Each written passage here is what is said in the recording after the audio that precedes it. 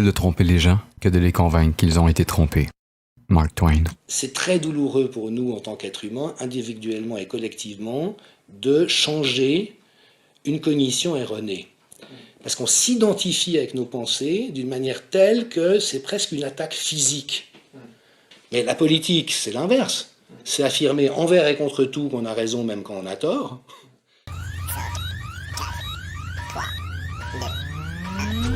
Chanceux d'avoir François Legault. Suspends tous mes droits, je te donne le go. Suspends tous mes droits, je te donne le go. Moi, je peux vous dire qu'à chaque nuit, à 2h du matin, je regarde des décès et j'ai le cœur qui me tourne. À chaque année, en temps ordinaire, il y a environ 1000 personnes par mois qui meurent dans les CHSLD, qui seraient survenues malgré la situation. Donc, ça n'a jamais été mon intention.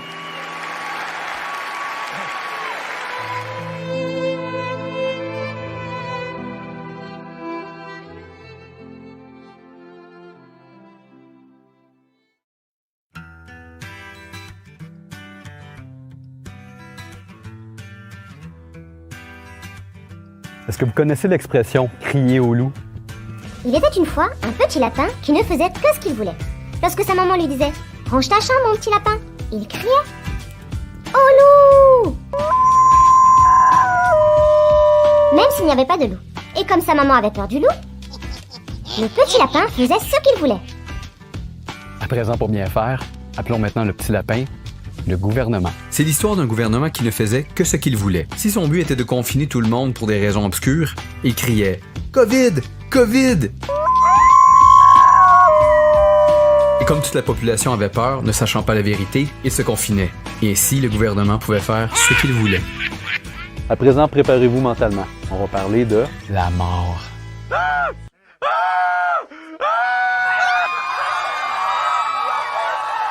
Avez-vous remarqué que parler de mort en ce moment, c'est un sujet sensible? Ça va dépendre du type de mort. Chaque année, la faim dans le monde fait environ 9 millions de morts. On peut aussi rajouter 1 million causés par la malnutrition. Mais ça, c'est moins grave. Ben oui, ça arrive pas dans ma cour. C'est bien moins grave. Le cancer terrasse 9,6 millions d'êtres humains chaque année. 800 000 gens s'enlèvent la vie par année. Mais comme quelqu'un m'a déjà dit en commentaire sous mes publications, c'est pas contagieux. D'accord, on va parler de contagion. À chaque année, de 200 à 650 000 humains meurent de grippe saisonnière. Pas mal comme les chiffres que nous avons présentement. Encore aujourd'hui, un des plus grands tueurs de la planète, c'est la tuberculose. 1,3 million d'êtres humains en meurent chaque année. Le tiers de la population en souffre et 500 000 personnes sont résistants aux antibiotiques. Je crois qu'il faut confiner la planète. Pour toujours. Ce qui nous touche vraiment, c'est la possibilité, le risque d'attraper ou de mourir du COVID-19. Oh! On se calme, on se calme. Ça va bien aller. Ça va bien aller.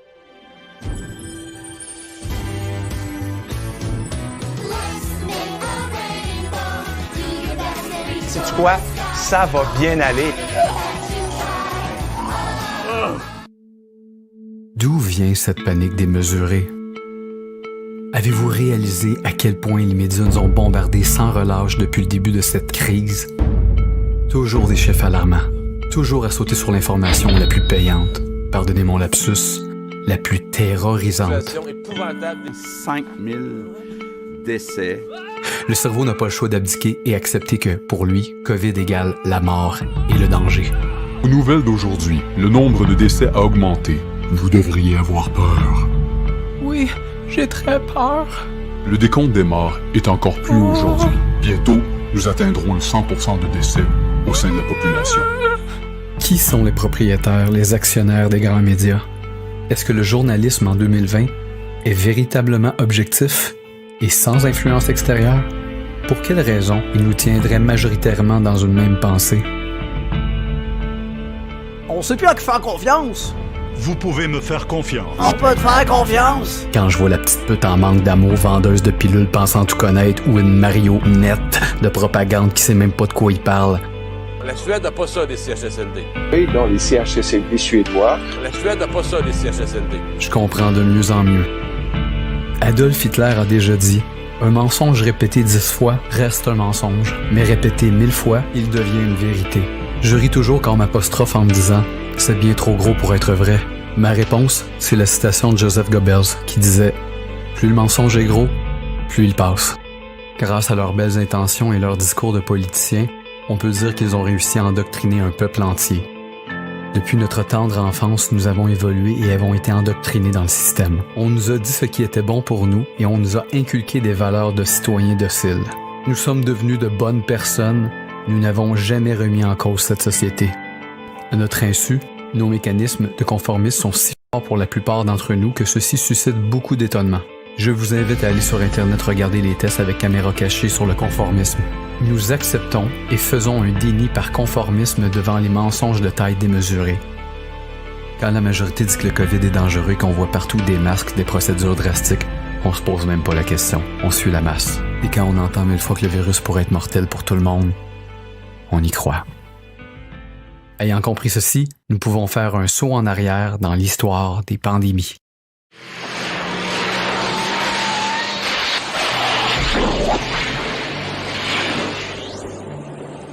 Juste après la Première Guerre mondiale, c'est en 1918 que nous avons connu la grippe espagnole. Celle-ci tua entre 50 à 100 millions de gens sur une population de 1,86 milliard. Il n'y a pas eu de confinement généralisé. En 1957, nous avons connu la grippe asiatique, la H2N2, qui aurait tué entre 1 à 2 millions de gens sur une population d'environ 2,91 milliards. Est-ce qu'ils avaient confiné la planète obligatoirement? Non.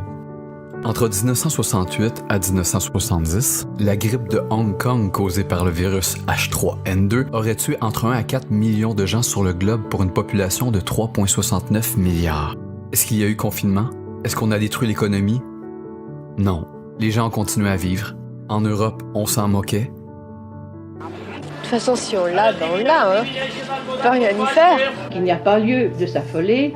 Cette épidémie évoluera probablement comme une épidémie saisonnière assez banale. Aux États-Unis, on organisa Woodstock, un rassemblement rock qui attira plus de 400 000 personnes. Bande de malades.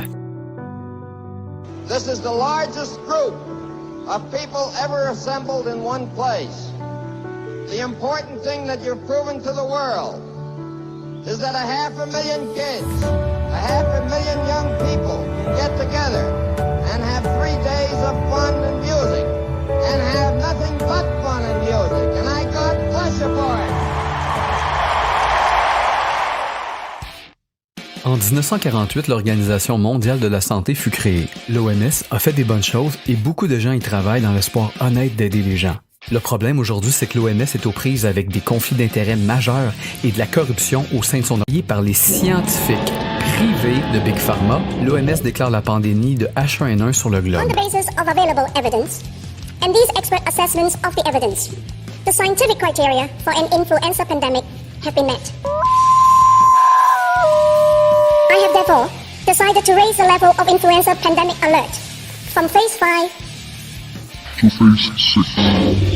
On nous avait prédit à peu près 2 millions de morts. Aucun confinement n'a été fait, mais des quantités phénoménales de vaccins se sont vendues au gouvernement et Big Pharma s'en est mis plein les poches. D'après moi, une belle répétition générale avant 2020. Sans mentionner Event 201 de Bill Gates, 19 simulation identique à ce que nous vivons. Métro, boulot, dodo, on efface la mémoire des gens. 2020, de nouveaux acteurs, dont Bill Gates, principal donateur de l'OMS corrompu. Je perdrai pas mon temps à vous dire à quel point il faut s'en méfier et à quel point c'est une mauvaise personne, mais je vous invite à faire vos recherches. Donc l'OMS, dont personne ici n'a voté, et qu'en théorie nous ne sommes pas obligés d'obéir, a déclaré la pandémie du coronavirus. La pièce de théâtre peut enfin commencer au Québec. Nos politiciens, avides d'opportunités et déjà corrompus, reçoivent les directives de la COVID-19 par l'OMS. Petit aparté que je juge nécessaire de partager. Ça, avec celui qui est devenu notre expert, Dr. Carl Weiss, microbiologiste, infectiologue. Bonjour. Bon, la première chose, c'est qu'il ne faut pas trop se fier à ce que dit l'OMS. Souvent, l'OMS se trompe. C'est une organisation qui est plus politique que scientifique. Et pour, disons, clore le dossier de l'OMS, si l'OMS disparaissait demain matin, ça changerait absolument rien pour la santé des Québécois. C'est magique. Je crois que je vais appeler Simon-Olivier Fecteau. Wow! Ça fait pas de sens. Revenons à nos moutons. Quelle belle occasion en or. Qui pourrait remettre en doute une crise sanitaire? Comme tout criminel voulant aussi sa part de gâteau, il faut garder les gens dans la peur. Les médias vont nous aider. Facile de biaiser des chiffres pour des gens déjà habitués à manger de ce pain. Dès que le COVID-19 peut être une cause, on le met comme étant la cause du décès. On le met comme étant la cause du décès. Donc, des cas qui n'ont pas été testés. À chaque année, en temps ordinaire, il y a environ 1000 personnes par mois qui meurent dans les CHSLD. Et dans le fond, il faut comprendre que des décès actuels qu'on comptabilise associés au COVID-19 seraient survenus malgré la situation. C'est pourquoi on a plus de décès au Québec qu'à d'autres endroits dans le monde. Au Québec, ça a toujours été le cas, même quand il y a des grandes chaleurs, on déclare tous les décès associés à une maladie, un virus. On déclare tous les décès associés à une maladie, un virus. Donc on est réputé pour déclarer, et puis même par association, quand quelqu'un décède dans un CHSLD, s'il est associé à quelqu'un qui avait la COVID, ben, il est calculé comme COVID. C'est pas le cas partout dans le monde. Que les gens sont morts avec le COVID, mais pas nécessairement du COVID. Le monde a beaucoup de difficultés à comprendre que dans ce 4000 et plus-là, il y a beaucoup de gens là-dedans que c'est pas vraiment de la COVID-19 qui sont décédés. Ils étaient déjà en fin de vie avant que la COVID elle arrive. Wow! Ça fait pas de sens. Ouvrez vos oreilles. Le COVID-19 est aussi dangereux pour les personnes âgées et les gens avec la santé hypothéquée que la grippe ou l'influenza. Pour vous et moi, il n'y en a pas de problème. On va l'attraper, on va guérir, puis on va être immunisé. C'est tout. Estimé à 3,5% le taux de létalité du virus, c'est-à-dire le taux de personnes contaminées qui vont en mourir. C'était plus de 10 fois le taux de létalité de la grippe, 0,3%. Mais aujourd'hui, au vu des dernières études, l'estimation n'a plus rien à voir. D'après l'Institut Pasteur, ce taux ne serait en réalité que de 0,53% et ça change beaucoup de choses. D'après ce qu'on sait aujourd'hui, les caractéristiques de l'épidémie de Covid en termes de contagiosité, de dangerosité et de létalité sont exactement les mêmes en termes d'ordre de grandeur que les épidémies d'influenza qu'on a année après année. Ni plus, ni moins. Que le coronavirus, jusqu'à maintenant, c'est à peine légèrement pire qu'une mauvaise grippe saisonnière. Que le COVID-19, c'est à peine pire qu'une mauvaise grippe saisonnière. On sait que l'âge médian des personnes qui décèdent, c'est 84 ans ici au Canada, qu'il y a beaucoup de comorbidités. 90% vivaient dans des résidences de soins de longue durée, que ce soit des CHSLD, des RPA ou des RI. Pourquoi on a confiné tout le monde alors que c'était surtout les personnes âgées malades qui étaient vulnérables? Bonne question. On ne confine pas une population entière en bonne santé capable de s'immuniser. Ce que le gouvernement a fait, son crime, est pire que le petit virus. Un endettement colossal, dépression, suicide, perte d'emploi, fermeture de commerce, violence conjugale, panier d'épicerie qui va augmenter, pauvreté, des chirurgies qui ont été arrêtées pour des gens souffrant du cancer ou ayant besoin d'une opération. Et les aînés, à mourir seuls, privés de leur famille. Vous n'étiez pas obligé de ruiner le Québec au complet avec les droits sociaux, les droits économiques, les droits humains, les droits fondamentaux. Il ne faut surtout pas confiner l'ensemble de la population comme on l'a fait. Je vous entends déjà. Oui, mais le confinement a sauvé des milliers de vies. Non. Faux. Selon les données comparées du mois de mars et d'avril l'année dernière versus cette année, et ce qu'on a comme nombre de décès est à peu près similaire à ce qu'il y a dans nos systèmes. Professeur, vous venez de dire que c'est la même courbe dans tous les pays. Qu'il y ait eu confinement ou non confinement, c'est la même chose? Absolument. Professeur, vous venez de dire que c'est la même courbe dans tous les pays. Qu'il y ait eu confinement ou non confinement, c'est la même chose? Absolument. Les pays qui ont confinés et ceux qui n'ont pas confiné ont le même taux de mortalité. Ce sont les données de Santé publique France, ce sont les données officielles. Ils se basaient sur, au fond, la bonne volonté des Suédois, leur jugement, leur sens des responsabilités, pour, dans le fond, que la société continue à fonctionner le plus normalement possible sans fermer l'économie, sans causer des torts importants à l'économie. Non, voilà, les endroits où il n'y a pas eu de confinement, il y a eu moins de décès, donc c'est surtout ça qu'on essaie de mettre en perspective. Non, voilà, les endroits où il n'y a pas eu de confinement, il y a eu moins de décès, donc c'est surtout ça qu'on essaie de mettre en perspective. Oui, mais c'est pas de leur faute! Hey, ça suffit le syndrome de Stockholm? Les demandeurs concèdent que les 15 premiers jours, on était en état de panique, l'État, mais après 15 jours, c'était facile de se rendre compte qu'on était dans la grande exagération. Ils ont fait ce qu'ils pouvaient. Ils pouvaient pas savoir. Oui, le gouvernement savait pour la faible létalité du virus et oui, il le savait pour les CHSLD. Au fait, ça fait combien de temps que ça va mal dans les CHSLD? Retournons voir pour le plaisir. Des besoins élémentaires comme par exemple les repas, des bains, qu'on n'arrive plus à fournir. Au Québec, près de la moitié des personnes âgées qui reçoivent des soins de longue durée seraient mal nourries. Québec a lancé la consultation publique sur les conditions de vie des personnes âgées. C'est la ministre responsable des aînés, Marguerite Blais, qui en a fait l'annonce ce matin à Montréal. José, on a vraiment l'impression que c'est un éternel recommencement. Je peux pas endurer ça. Ça m'empêche de dormir. Sur 37 établissements qui ont été visités cette année par le gouvernement, il y en a 32 qui présentent des lacunes graves. Est-ce qu'il y a assez de préposés dans les CHSLD? La réponse, c'est oui. On te retrouve dans des situations qui s'apparentent à de la maltraitance organisationnelle. Il y aurait seulement 7% des préposés qui arriveraient à faire toutes leurs tâches dans une journée.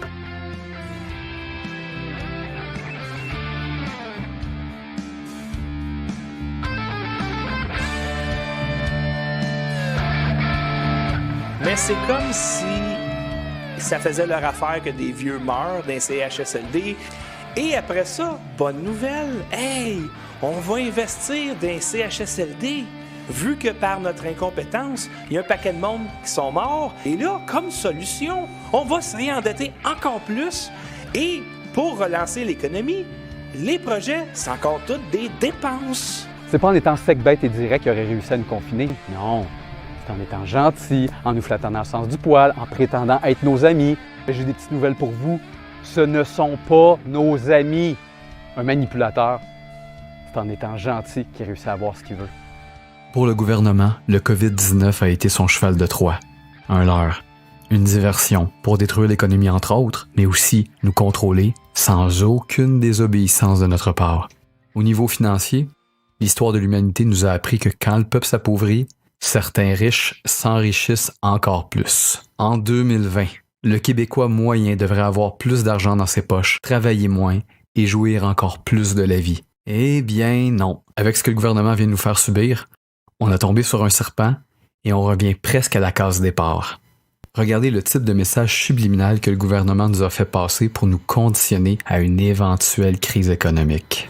Je sais que t'es tanné des sandwichs au beurre de pinot, mon grand, mais maman a plus de travail. Ma carte de crédit a pas passé à l'épicerie. Pourquoi on déjeune pas comme à l'école? Sans qu'on le voie, la faim s'installe chez un nombre grandissant de Québécois.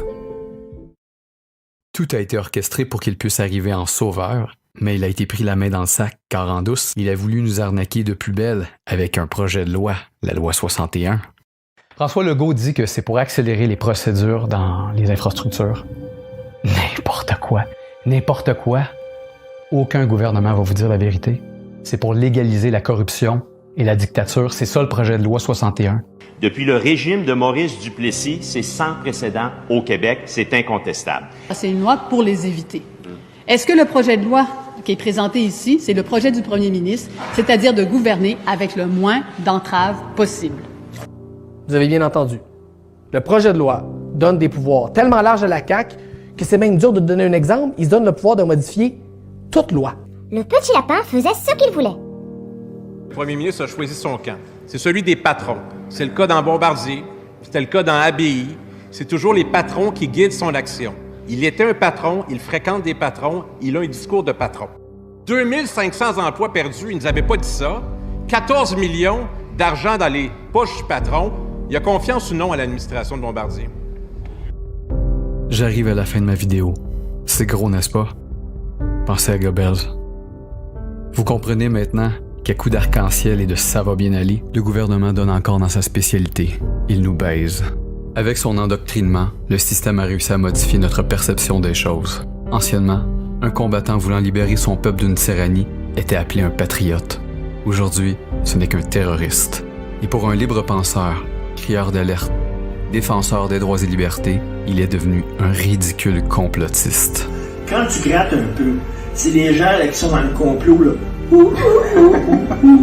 Si c'est votre frère, votre beau-frère, quitte à couper les liens dans la famille, barrez-le. Contrairement aux politiciens, aux chefs d'entreprise et les 1% des riches qui détiennent toutes les richesses, les lanceurs d'alerte n'ont rien à gagner, eux.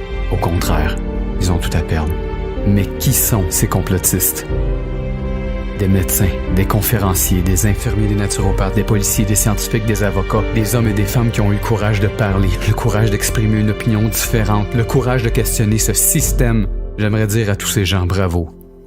Et merci. Merci beaucoup. Je vous aime.